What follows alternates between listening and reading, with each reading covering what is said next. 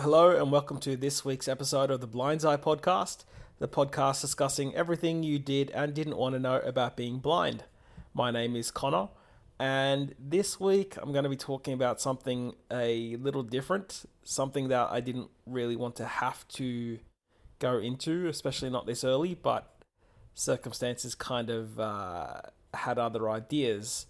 So I'm going to be talking about denial of service with my guide dog, as it's happened a couple of times in the last few months for the first time.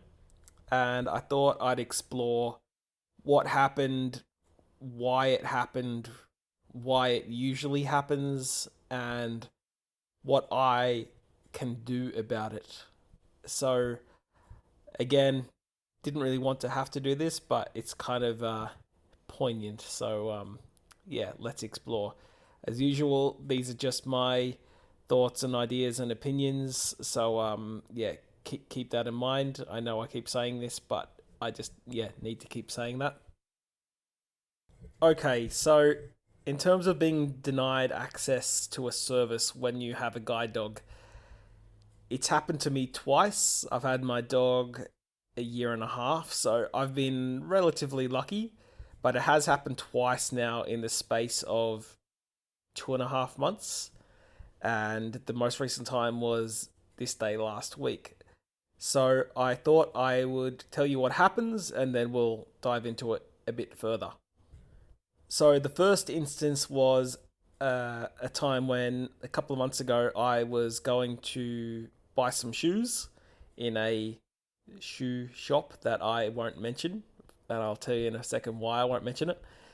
But I was going to buy some shoes and I was in the shopping center approaching the front of the store with my mum, and the person out the front of the store who is making sure people are hand sanitizing before they're going in because of COVID said, "No, no, no, no dogs."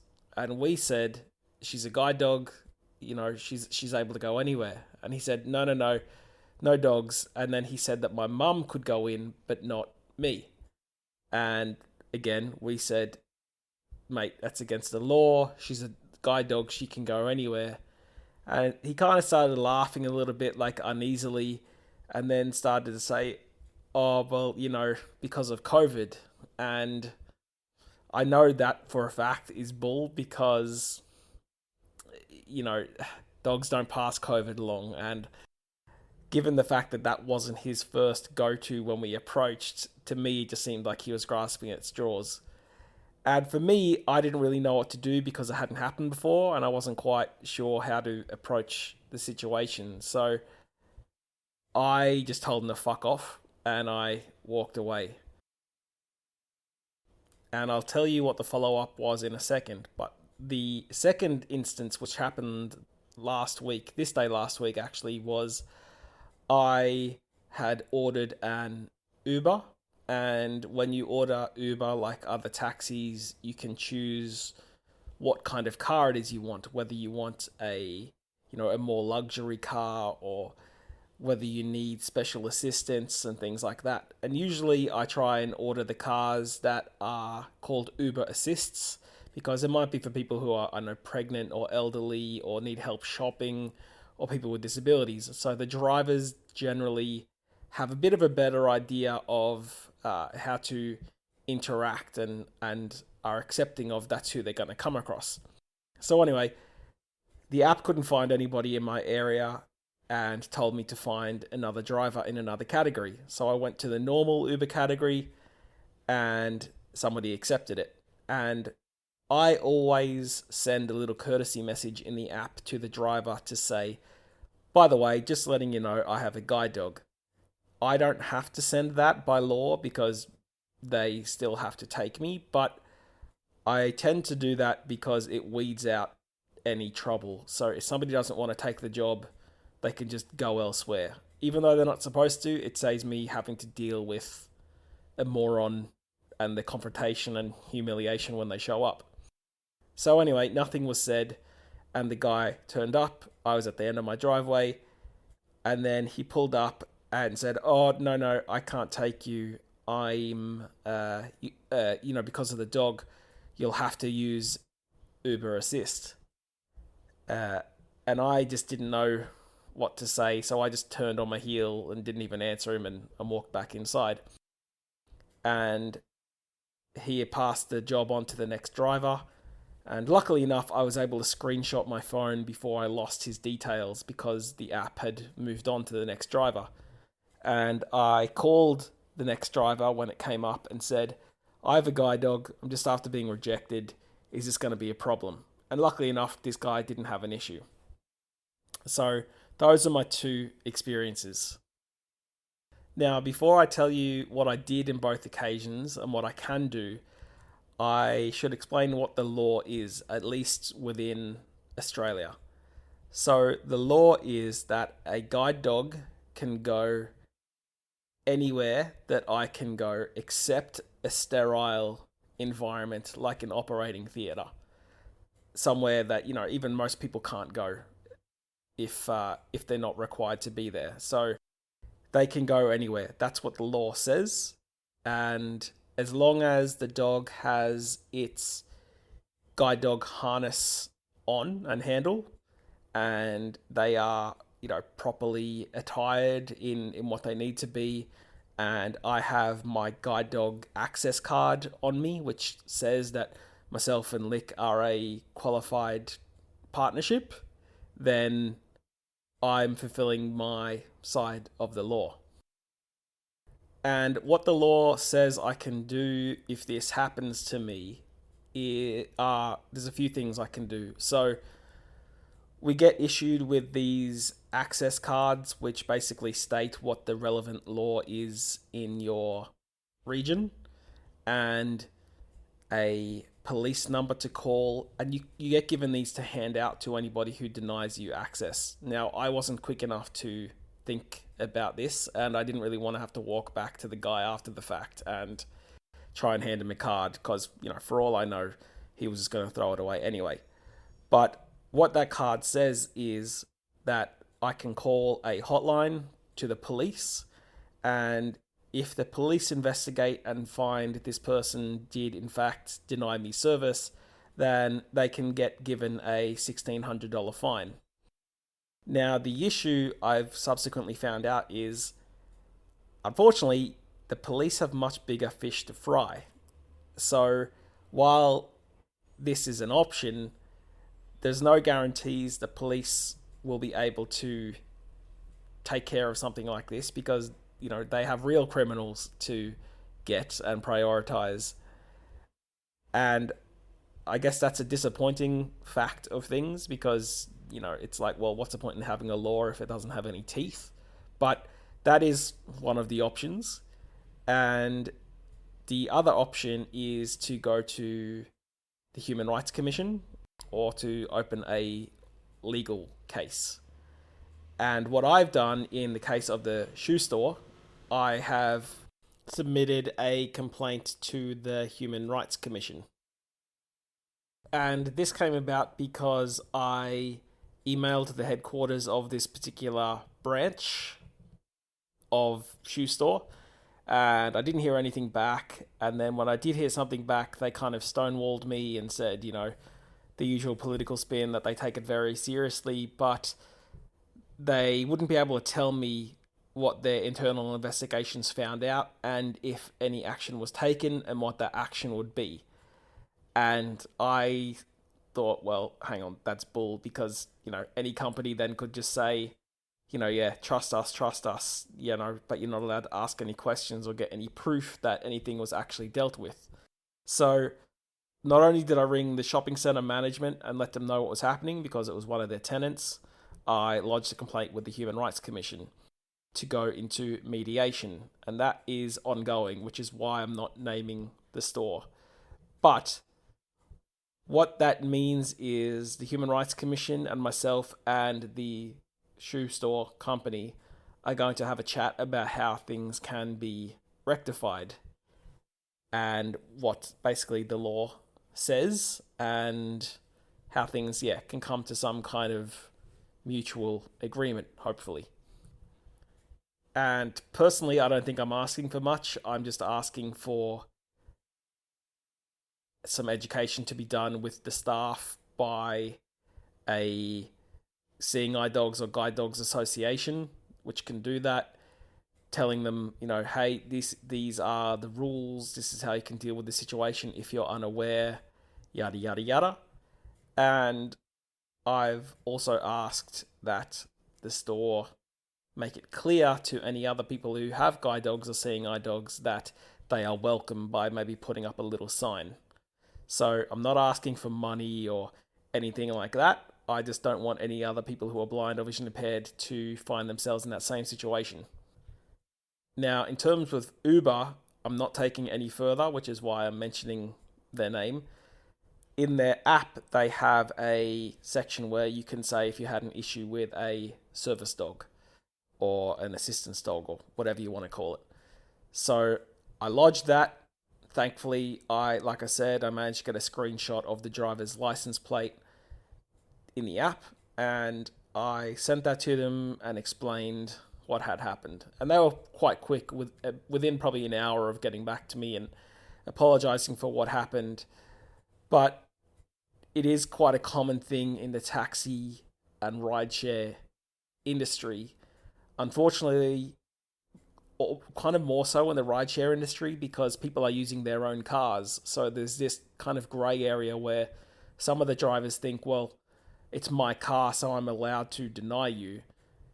But on the other hand, they're providing a service because they're working within those hours for a company for the public. So that really doesn't fly. And that's what the law says. If you're going to provide a service, you're not allowed to not pick a woman up because they're a woman, or not pick a black person up because they're black, and yada, yada, yada. And that's the same for somebody with a guide dog. So with all that being said, I thought I'd also explain the most common reasons why people like myself get denied because of the dogs. So the first reason is some people just don't like dogs. And I can actually sympathize with this because until I got Licorice, I wasn't really a big dog fan. I grew up in the countryside where, we had German shepherds that would attack our moving car. So for me, I always thought, dogs were kind of scary and stuff like that. And it wasn't until I was in my late teens that I realized dogs, like most animals, are products of their upbringing. And eventually I got to a point where I realized maybe I'd like to try a guide dog. But a big reason why I didn't get one earlier, even though I could have, was because of that fear. So I understand that side of it. But on the other hand, if you're providing a service to the public, the law says certain things. So in my mind, and yes, I'm biased, but in my mind, if you're going to work in that industry and you're going to be open to or exposed to these things, then you have to take that as part of the job. And if not, get another job where you're not going to be exposed to something you don't like. So that's the first reason why some people knock you back. The other reason is also pretty simple. Some people just don't really know the law because unless they've come across a guide dog or a blind person, they might not even really realize what the rule is, or they think, the rules apply in certain areas, but they might not really know just how universally the rules apply to everything but something like a sterile space like an operating theatre. So it's just an ignorance thing, and not like a malice ignorance thing, but you're ignorant because you don't know something and you don't know what you don't know. Yes, I wish they did know, but they don't. So, and it might just be a matter of educating them, and then everything is fine. The third big reason is unfortunately cultural. So different parts of the world, different communities, different cultures have different views on animals and dogs and cats and things like that. So in some places, dogs are seen as pets. In some places, dogs are just guard dogs. In some places, dogs are just dirty and all this kind of stuff. So, what can happen is you come across people who might have been brought up in an area where to them a dog is dirty and they don't want something dirty in their car. And that's unfortunate because that's, the only way I can say it is the law doesn't agree. And to be honest, if you're driving a taxi or an Uber or anything, you're going to have a load of drunk assholes in your car every Friday or Saturday night doing God knows what. And I know for a fact my dog is cleaner than those mofos. So I think that's a pretty weak excuse. But that is one of the considerations because some parts of the world just don't have the same norms when it comes to animals. Just like, there are things in our part of the world that are different to others that, they might think are weird. But that is a fact of how things go. But in my view, this is the law here. Therefore, kind of like it or lump it because that's what you're working and providing your service under. So get with the program. And finally, the last little bit I'll say about this is that there is one good reason apart from the whole sterile working environment rule, and that would be if somebody has allergies to dogs, because obviously that's not their fault and that's a real thing. But as far as I'm aware, when it comes to claiming you have an allergy, that this can't just be asserted, because I guess anybody could just say, "Oh yeah, I'm allergic to dogs, so like you can't get in this taxi." So as far as I'm aware, it's a pretty high bar that has to be set, in terms of being able to prove that you are, so that you're not just using it willy-nilly to have things your own way.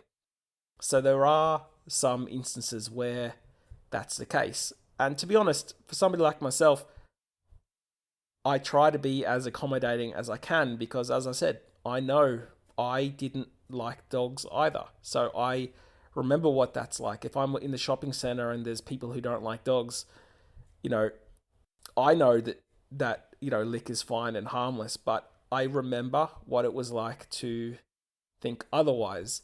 So although I don't like it, I can understand it. But that's very different to somebody who is providing a service to the public who then decides, I'm not going to take you, because in both these cases, for one, I wasn't able to go and buy the shoes I wanted, and I'd been to other stores and hadn't been able to find the shoes I wanted there. So it was actually limiting my ability to do shopping. And in the second case with the Uber, I was trying to get somewhere and I wasn't accepted. And luckily enough, another one was able to come along. But they're not just inconveniences, they're impacts on your life. And, I know people who have maybe been out late at night in an area they're not usually in and have ordered, ride shares or taxis, and they turn up and they might be in an area where there isn't a lot of them, and they wait 40 minutes for somebody to turn up, and then the person says, yeah, I'm not taking you. And then you're not just talking about an inconvenience, you're actually talking about safety and your ability to just be a human being. And I guess that's why I didn't really want to have to go into this, because it's a heated topic, and I was going to do it last week, but I was pretty pissed off and angry and emotional about it. But I just thought it was worth exploring and telling people about, just so you understand, I guess, the different factors involved. So anyway, hopefully next week we'll get back to some more just interesting, lighthearted, informative stuff. But yeah, just need to get that off my chest. As usual, you can contact the show by emailing blindseyepodcast@gmail.com. That's BLINDSEYE podcast@gmail.com.